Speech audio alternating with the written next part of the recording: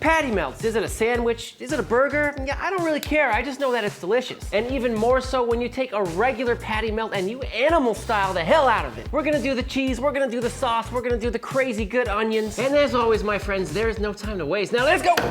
Let's start with the caramelized onions for this animal style patty melt. And for that, I would definitely choose sweet onions. They're just a little bit, well, sweeter. That's obvious, it's in the name. And I like to start just by chopping whole onion in half. I'll take a tiny bit off the bottom right there, peel it up. And from here, we'll make these little slices this way. You can do these as big or as small as you like. I like them pretty darn small. Oh, just sharpen my knife, that feels so good. And we'll go through this way. I don't care if you do the horizontal slices before or after, it doesn't really matter. About 4 of them going through, and we'll just blast these out nice and small this way now. And there are your onions ready to cook. So over low to medium heat, I'm adding some unsalted butter, about 3 tablespoons, as well as a little bit of neutral cooking oil. That's just avocado oil. You could use another one though if you like. And I'm using this amount of oil and butter for 2 large sweet onions because they do break down a lot as they cook, and trust me, you want leftovers when you're making these things. Everything's melted, in go the onions. Something interesting we noticed when cutting these onions is we did not get any tearing up in the eyes. None of that bullshit going on up here, because why? Very, very sharp knife. Also, maybe the onions were pretty cool, but the sharp knife really makes the biggest difference in the world. All we need to do now is add some salt. That's just Maldon salt going in. I can always add more salt later if I want, so I'm just starting with that little bit. That was about 1.5 teaspoons.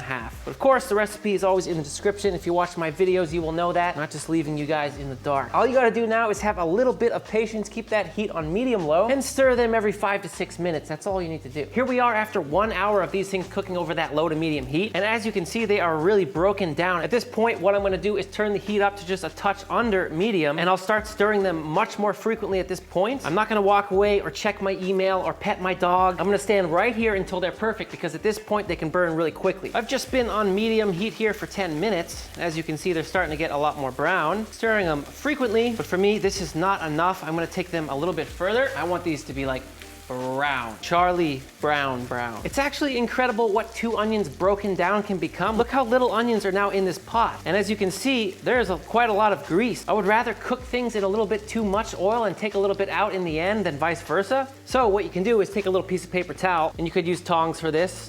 Could be a little crazy doing this by hand, but I'm just dipping it in, and it's just pulling a lot of that fat off the top. You can use this little method for soups, stocks, braises as well. Works freaking great, as you can see. That's about 15 minutes over the medium heat. They're looking really beautiful now. They're nice and brown. There's all this fond left over on the pan. This stuff right here, it's all a lot of flavor there. It's something I love to do with these onions. I don't always do this, but it is a nice trick, is I take this sherry vinegar. You could use apple cider or another kind if you want. And we're just gonna put in a couple teaspoons to deglaze the pan, like so. Not too much, and it's just gonna add a little bit of acidity as well. Whew, and get all that flavor off the bottom of the pan. Whew, it smells so freaking good. As you can see, the color is even darker now. These onions are gonna be absolutely ridiculous on our patty melt. There we go, just a minute with the vinegar. We'll get these out into a container and we are good to go. Before proceeding, I shall give them a taste. It's kind of unbelievable how much flavor one little cooked down onion can hold. That's definitely an umami bomb. Oh, not the monkey, not the monkey! Not the monkey! In-N-Out animal style sauce is super easy to make. You only need 3 ingredients. Trust me on that one. Here's how you do it. The first ingredient we're using is just plain mayonnaise. I'm using Duke's today. I recently discovered this mayonnaise and it's pretty freaking awesome. Second ingredient is just ketchup. And for the third ingredient, just some sweet pickle relish. That's it. One thing I like to do with this so my sauce doesn't end up too runny is just to put it into a little strainer and push out a lot of that liquid. Just combine all your condiments into a bowl and simply mix to combine, and trust me, your sauce is done. The only thing you might want to add, or consider adding I should say, is a little bit of mustard. Although I like it better without, but if you want to try it, give it a shot. Let's just give it a taste, make sure it's all good.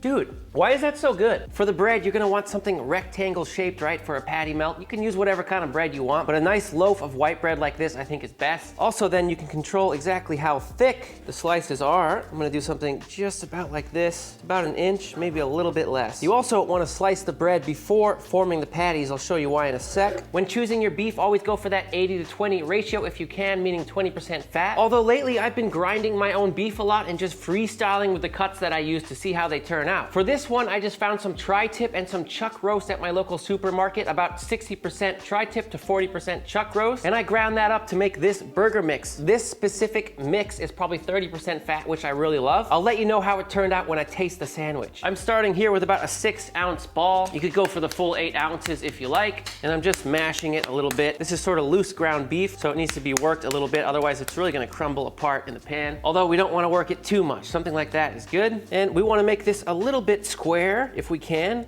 Can be a little bit difficult. I'll just kind of set that down on some parchment paper and just square it up a little bit like so.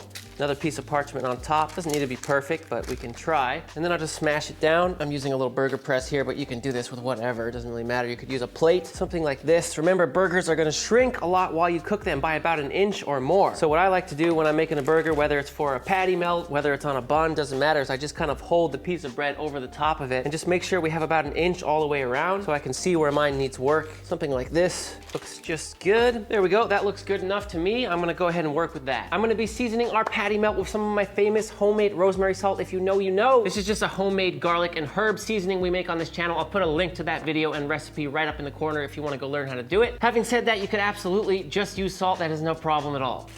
And just season up our patties. When you're using rosemary salt, remember, it's pretty darn salty because when you blend salt, it gets a little bit saltier, so just go sparingly with it. A little bit of Sergeant Gilbert reporting for duty, my little fuzzy friend. At Sentient Black Pepper. It's not that weird, okay? He came online in 2019 and, you know, he's been through some battles. He's held together with a rubber band.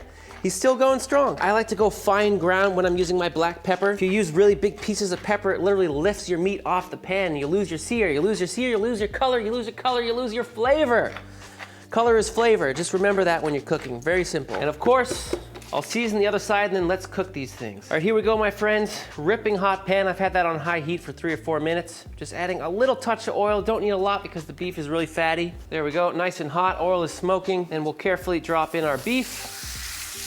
After about 3 minutes, I'm gonna flip. And as you can see, we have an absolutely glorious sear going on here. It looks pretty good to me. I'll sear that other side for another 2 minutes and then we'll get that out onto another little sheet pan. Another pan on medium heat here for the bread. And I'm just adding a little bit of clarified butter. That's my favorite kind of fat to toast bread in. Drop in our bread. Always give it a little roll around like this. Just soaks up all that fat. And when I'm toasting my bread, I just wanna have a little peek at it. Starting to look pretty good there. Just a little bit longer. And what I like to do now is just flip it after about 2 minutes and just kiss the other side with the heat, meaning just leave it for about 10 seconds and it's just gonna make for a less soggy situation when we finish our sandwich. So kiss it with the heat, flip it back. Look, a really light toasting on that other side. Now I'm gonna get these out. Okay, here's my dirty little plan now. I'm gonna take a little bit of my special sauce, just a little bit here on the bread, like so. And I'm gonna be using some Munster cheese, Monster cheese, Munster cheese. How do you say it? I say Munster. A lot of times on a patty melt, you're gonna see Swiss cheese. I'm gonna do a combination of Munster and American cheese. Gotta have the American cheese because that's the In-N-Out animal style. 1 slice of Munster on each side of the bread and 2 slices of American on the burger patty itself. Woo! All I'm gonna do now is stick this under the broiler for 30-45 seconds to melt the cheese. There we go, just about a minute under the broiler. I love the way that sauce is just peeking out under the Munster cheese right here. This is definitely looking good. It is time to build, my friends. Here we go, burger down. Whole bunch of our onions going on here. And finally, our animal style sauce right on top here. Oh, jeez. This is just how In-N-Out would do their fries. Cheese, onions, and then sauce in that order. And we top it off here. There we go. Slight little pressure. I'm gonna go ahead and slice this beast in half. Perfect. Let's give this thing a taste, my friends. It's staring at me, I'm staring back at it. There's synergy happening.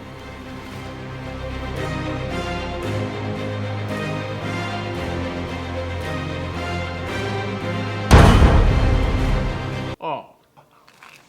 That tri-tip and chuck roast blend is extremely beefy, extremely moist, tender, delicious, awesome. The sauce in combination with the onions, the American cheese, the Munster, the toasted bread, it is just freaking heaven in a bite. Marcus, you gotta come taste this thing, man. Do I go middle? Dude, go wherever you want, bro. Yeah, corners. Corners a good place to start. It's so good. Oh, look at that bite in the middle. Dude. It's so saucy. Oh, make this. Until next time, you know I love you and I'm out.